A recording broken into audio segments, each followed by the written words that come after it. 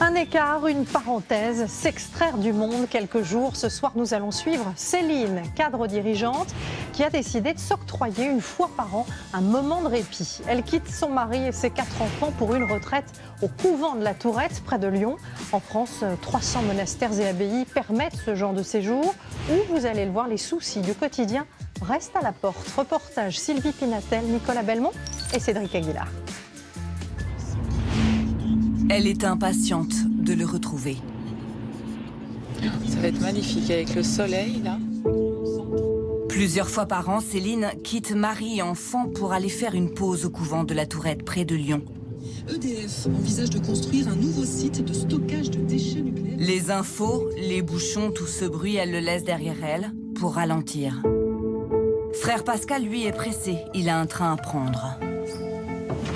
Comme ça. Ben là, je descends à Lyon pour la journée. Je pars travailler, exactement, tout simplement. Voilà. Comme tout le monde. Il est prof de philo.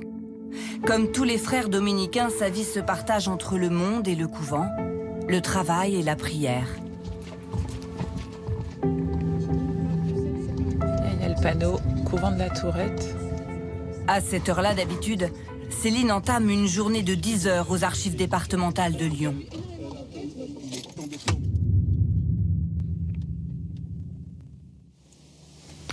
Silence. Un silence classé patrimoine mondial de l'UNESCO. Car c'est l'architecte Le Corbusier qui a construit ce couvent en 1956 au sommet de sa gloire pour les dominicains. Et comme Céline, des milliers de personnes viennent y séjourner chaque année. Frère Xavier est le prieur du couvent. Il est aussi psychologue dans un cabinet. Vous-même? Ça va bien, je vous remercie. Vous avez votre numéro de chambre? 46. D'accord. Une chambre ou une cellule? Une cellule. Une cellule. Ça fait un peu prison, hein.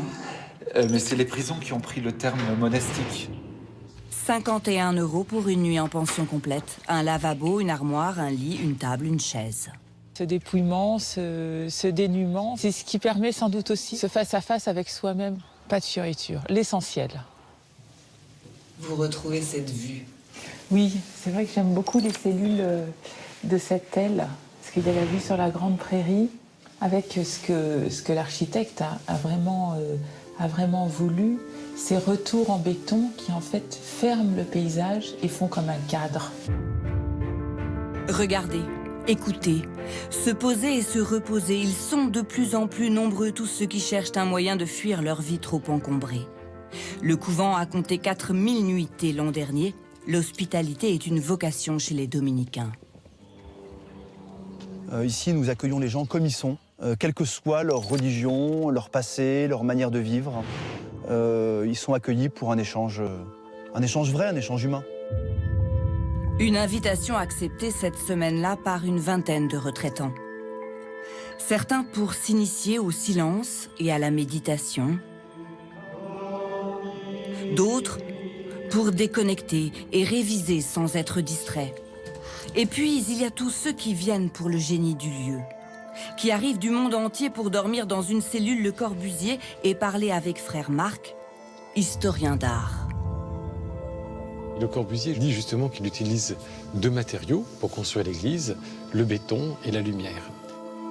Rien ne me touche plus, vous savez, quand vous voyez un architecte d'une 50aine d'années, un Américain comme ça, qui était venu l'année dernière, qui me dit, vous savez, j'étais venu comme étudiant et j'avais un rêve, c'est de revenir, d'y amener ma femme et mes enfants.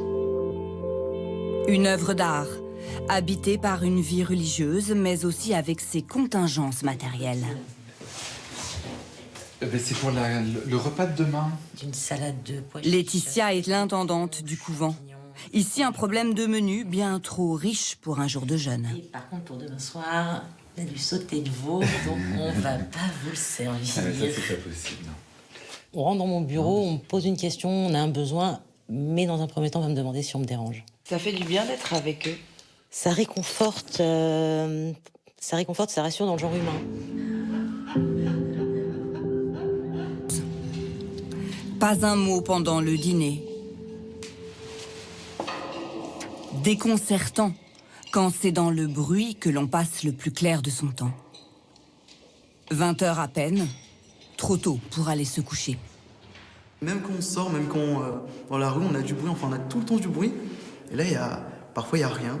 Et là, parfois c'est vrai qu'on a peur parfois, mais on se dit mais d'un coup comme ça on n'entend plus rien. Enfin, c'est tellement rare en fait, c'est tellement... C'est 20h30. C'est l'heure où on regarde. Ouais, 20h40. Je vais me coucher. Libre de faire ou de ne rien faire. Et vous pensez à votre famille? Oh bah oui, forcément. Forcément, je pense à eux, mais avec de la distance. Donc c'est... Ils vous manquent pas? Ah non, là, pendant 2 jours. non, ils me manquent pas. C'est un temps pour moi, ici. Céline a merveilleusement bien dormi. Elle s'est réveillée tôt pour partager encore un peu de son temps avec les frères.